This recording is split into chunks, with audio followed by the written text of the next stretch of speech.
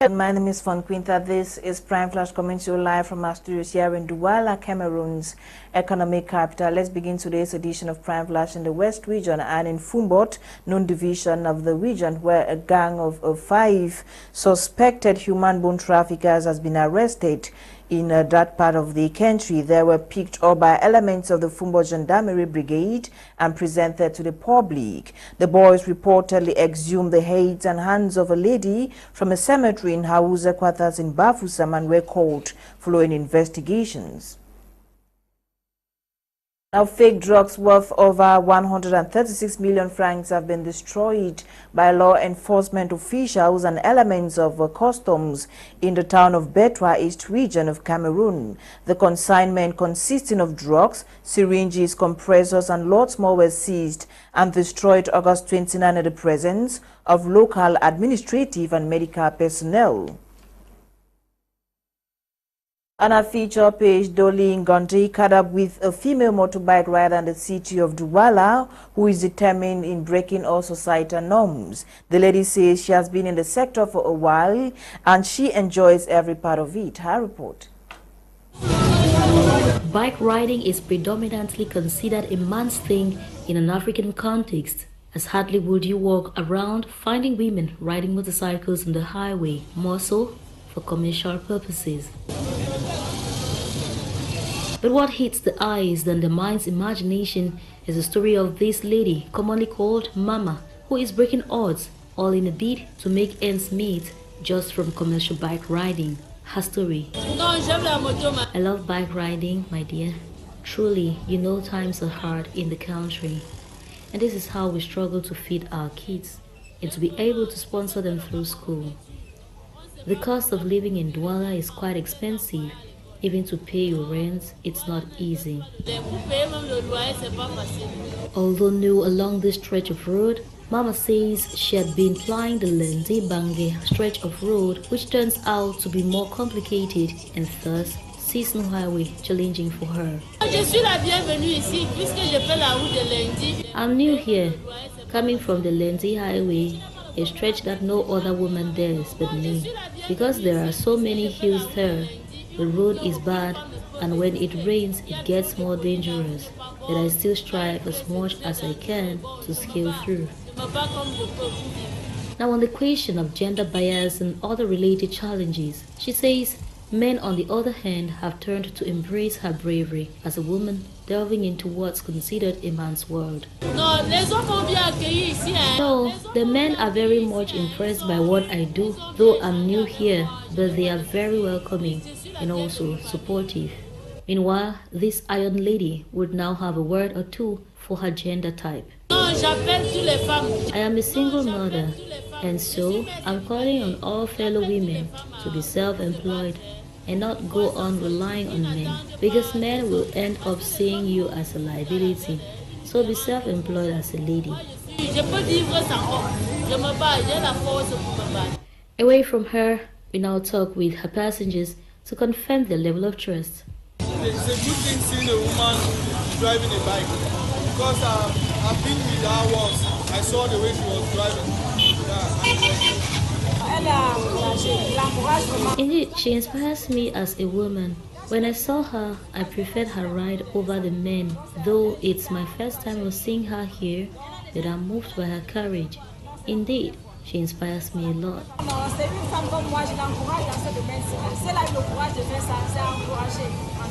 Whether a man or woman, anyone with the strength can make it through any field in life, as her story only affirms a long-term adage of what a man can do, a woman can do it even better.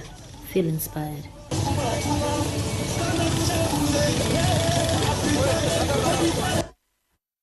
In the Northwest region, the Senior Division Officer of Boyo Division, Techni Fide, has banned what he terms so-called community and clandestine schools operating in villages across Boyo Division. This is contained in a communique issued Monday, August 29, 2022. He charged divisional officers, delegates of secondary, basic and vocational training centers, plus maids and traditional authorities to ensure the strict implementation of the order, while sanctions are with any person who attempts to violate the order. The southwest region, a man specialized in plantain theft has been caught by inhabitants of Isokolo Limbe, a neighborhood in the southwest region of Cameroon. According to sources, this is not the first time, as there has been reports of plantain theft along the road leading to the Omnisport Stadium, which he sells to a certain business lady. The man is currently under custody at the Limbe Central Police Station. Let's now talk education, where final year students of the Higher Institute of Business Management, Douala, yesterday defended their end-of-year research projects for the 2021-2022 academic year. The academic exercise is in partial fulfillment of the requirements of the award of a Bachelor of Technology degree. Joy Ngong was there. She now reports. They are 25 in number, who after 1 year of studies at the Higher Institute of Business Management and Technology, Douala, passed before the jury on this day, August 29, to defend their end-of-year research projects, an academic exercise required for the award of a Bachelor of Technology degree. The degree students are having a defense. They are defending their research projects. This is actually in partial fulfillment for the award of a professional bachelor's degree in their various departments. Banking and finance, we have accounting, human resource, management, logistics, transport management, software engineering, and electrical power systems. Apart from the fact that this exercise is a purely an academic exercise that constitutes a certain percentage of their total results for the 1 year that they have been in Douala, it's equally imperative that as professionals, you need to fight to carry out a certain research with you in your field of study. That is, it goes as a proof to show that you have been through a professional training and you are able to ascertain certain things that takes place in your field of study with facts. One after the other, the students took turns to present the results of their findings to the members of the jury, hoping for a positive remark. Excellent for most, very good for others. I was really scared of my presentation since what I wrote was more than the time given, and I had to squeeze everything during the presentation. Even though it was not easy, I succeeded. The questions were really tense for me, but from the results, I'm really satisfied. I'm free. I feel confident and elated. I'm actually excited because so far it has not been easy. It has been challenging, extremely challenging. But with what the judges said, I think it has boosted my morals. I feel like I'm heading to something great. For the members of the jury, the outcome of this year's defense session is generally satisfactory, proving that both the teachers and the students understood the assignment. Generally, I think I'm very pleased with it. As the rector of HIPMAT, I am exceptionally pleased with the work that the teachers have done here and the students themselves. They have taken their studies seriously.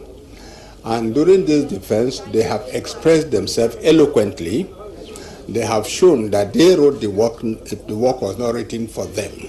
They defended their work very well. I must say that the performance of the students is wonderful. It's impressive.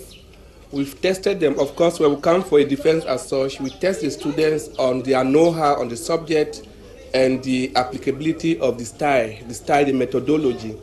All of these aspects have been tested and proven positive.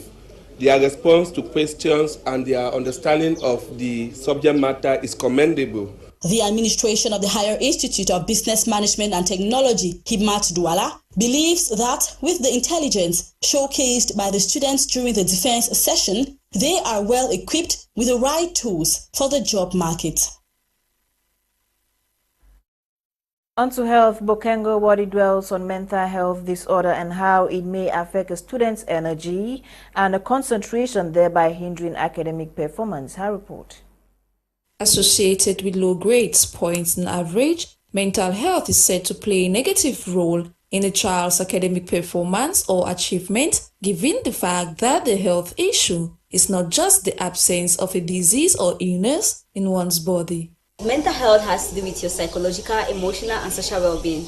That's practically how you think, how you feel, and how you're able to react to certain things. According to data from experts, mental health issues can affect kids too, as per its signs and symptoms. Loneliness has a great impact on our mental health, and it could equally derail you from realizing who you are or meeting your full potentials. Now, we have triggers such as panic attacks, we have triggers such as post-traumatic stress disorders, we have even discouragement. Laying emphasis, the mental health advocate states, Some of the symptoms of mental health that you realize that as an individual you can even experience is one, you lose your interest in activities. You lose your interest in friends and family members. You want to isolate yourself on your own. You lose interest in a lot of things that usually interest you. You no longer want to do them. You want to sleep more. You start thinking too much. You realize that you have mood swings. Right now you're happy, in the next 5 minutes you're angry. Little things are able to trigger your mental health. Borne in mind it is to note that positive mental health and academic achievement can impact the other powerfully. To this regard, parents and guardians are advised to boost the overall mental health of their children through love, support, encouragement, as well as patience for confident, stronger children they can be proud of. On our international page, African countries have called for an end to climate injustice, saying the continent causes less than 4% of the global carbon dioxide emissions, but pays one of the highest prices for global warming. Government officials, international organizations, non-governmental organizations, and the private sector from more than 60 African nations attended Monday's opening of Africa Climate Week in Gabon's capital to prepare for the COP27 UN Climate Conference in Egypt in November. Host President Ali Bongo Ondimba thought the gathering the continent has to speak with one voice and offer concrete proposals for COP27. And Angola's ruling party has won the legislative elections, giving a second term to President João Lourenço. In what has been described as the most hotly contested election in the country's history, the People's Movement for the Liberation of Angola won with 51.17% of the vote cast, compared with 43.95% for the Union of the Total Independence of Angola, UNITA. UNITA leader Alberto Costa Jr. had earlier rejected the result, citing discrepancies between the Commission's count and the main opposition coalition's tally. The announcement came a day after the funeral of Angola's long-serving ex-ruler, José Eduardo dos Santos, who died in Spain in July, so security in the capital, Luanda, was tight. This concludes today's edition of Prime Flash on My Media Prime Television. My name is Fon Quinter. The news was compiled and produced thanks to Elvis, Modika. Developments of this and more be yours at exactly 6:30 p.m. with Eileen Sama. Goodbye.